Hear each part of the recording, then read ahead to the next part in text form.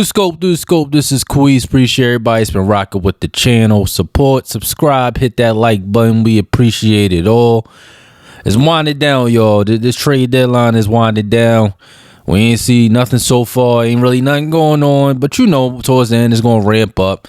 Hopefully. I don't know what y'all seeing out there. This is a PSA announcement. Everybody ain't untouchable. That's one. Second one, everybody ain't worth multiple first-round picks.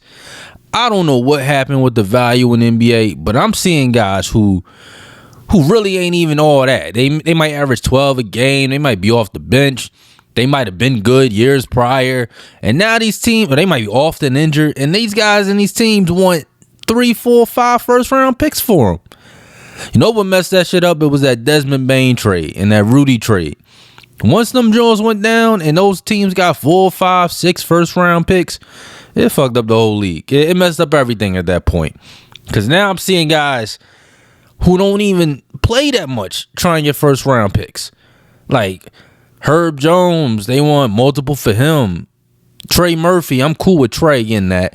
But Herb Jones, I don't know about all that. Like, you got guys, you know, Kobe White, solid dude. Maybe 1, 2, 3, or 4. I don't know about all that. Y'all doing too much. Like, Mikal Bridges went for 5. All that stuff messed up the league, man. OG and Nobi, these guys were multiple. And these are guys, look, I get it. You know, these guys are probably worth maybe 1 first-round pick and a player that's equal value. But everybody that don't lace up their shoes is worth a first-round pick. These teams, they treat them so weirdly, these first-round picks. They easily dispose them, you know, to get guys, and then they hold on. Then the opposite way, they want 5 or 6 of them, right? They get, I don't know. The value of the NBA, though, has changed of these players, man. Do y'all think the correlation with these, do y'all think the stat era, like where this era where a lot of guys can kind of put up some big numbers, has ruined the value of what these teams and these guys see? I seen a rumor that the Lakers were looking to trade, you know, DeAndre Hunter for Rudy. If y'all look at the numbers, though, Rudy been better than DeAndre this year, and DeAndre is laid as a 3-and-D guy, but boy barely could shoot this year. I mean, even if he could, the defense ain't been that good this year. It was previously. Like, a lot of guys living off of names, and these teams are doing that, dog. They holding on to it, and I get it. That's how they leverage. That's how they get deals done. That's how they rob you. But I feel like this is like league spread now. Everybody untouchable, dog. You go to the Pelicans, they got 6 guys untouchable. I don't know. They might even got Jose Alvarado untouchable. Like, at this point, I wouldn't even be shocked. Like, everybody want to make moves, but everybody untouchable. You know what I'm saying? And y'all get burnt that way. That's how these teams get burnt. Lakers fans, think about all the guys y'all could have had when y'all was treating THT, telling Horton Tucker for people that don't know. You know, think about guys y'all missed out on who y'all didn't re-sign or y'all didn't trade for because he was labeled untouchable. Pajimski and the Warriors. I know the Warriors fans ain't really too high on him, but Steve Kerr is. Think about the guys that y'all didn't trade for, didn't get, because teams valued him so crazy. Like, I don't know what's going on in this league where everybody untouchable. Talk. Like, everybody want to upgrade their rosters, but you can't get him. Nah, they got to stay. Now, that could be a play. They might be saying that unless, like, you give us an offer that blows us out the water, then we'll trade them. But I don't know. I believe these guys when they say they untouchable because they don't be moving. And then once you notice down the line, a year later, they value tank because they really wasn't as good. And then now you back at square one. Like, I don't know, man. This is crazy. You know, I think the Bulls was doing that with Lonzo Ball. You know, this is like when he came back from injury, you know, he started playing more. They valued him high and they wanted a lot for him. Now y'all see him this year. In most games, he unplayable. That's just kind of what it is. Like, it might be because a lot of guys in the front office really don't. They not really basketball heads like that. Like, they just got money and they throwing it around. So it's like they just probably look at a stat sheet and was like, oh yeah, I need 4 or 5 first-round picks for him. And I told y'all at the beginning of the video, I think it's going to pick up towards the end of the trade deadline. But I'm not too confident about it. I mean, before I used to be confident. Now I'm saying what these teams want.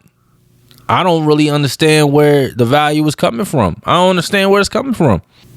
Like what are y'all looking for some of these guys? Because you want them to trade the farm, 3, 4, 5 players plus this guy, plus that guy, plus a pick here, plus a pick there. I don't know, man. Like again, the Warriors, I held on to Kuminga for a grip just to not play him. Then y'all want a crazy deal for him. But y'all wasn't playing him. So like now y'all want people to trade all potential, which is not uncommon. But you ain't really put a product out there what this guy could do. Now he injured. So really he only got like that one game recently. And then the games he played at the beginning of the year. And then y'all want all this crazy value for him. And they just gonna walk. I don't get it, though. Do y'all think that the league value on players need to be reset? Because again, I told you that the Rudy joint set people back, but we had some years after the Rudy joint. Then the Mikal joint happened. Now we had a reset after that. Then the Bane joint happened, and now it's just like, yo, everybody want that for their players because there's a lot of dudes better than Bane. He good, really good, but it's guys who are equal, more valuable than that. So yeah, you want to have Trey Murphy get 3, 4 picks that they want, but. I don't remember first round picks being thrown around like that, man. It had to be for a superstar. A superstar would get you 2, 3 or more. Not elite role players like I don't know, man. Or guys who are just role players. That's crazy, man. This is a PSA to all these teams. Because I'm a Sixers fan. We trying to upgrade, y'all. We trying to upgrade. It's hard for us to upgrade if y'all want the farm for all these players. You know what I'm saying? Yeah, it's hard for us to upgrade, all right? We just need a sucker to take Paul George contract, and then we can work everything else out. But if everybody want first round, I'm sorry, y'all, we ain't got that much to give, all right? We ain't got that much to give. So a lot of teams ain't got that much to give. There's so many teams in the league that don't own their picks until like 10 years. Like that's how bad it got, yo. It's like so many teams that just don't own their picks for like another decade or so, man. So you gonna have a bunch of teams like that, man. But let me know what y'all think, man. Y'all think it's getting out of control? Y'all think the deadline gonna pick up? Y'all think this gonna be the new norm until this league reset? Because the CBA play a part too as well.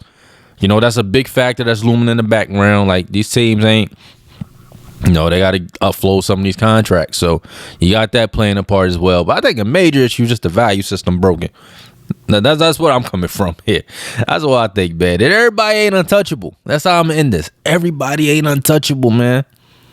Let me know what y'all think in the comments, though. This is Queese.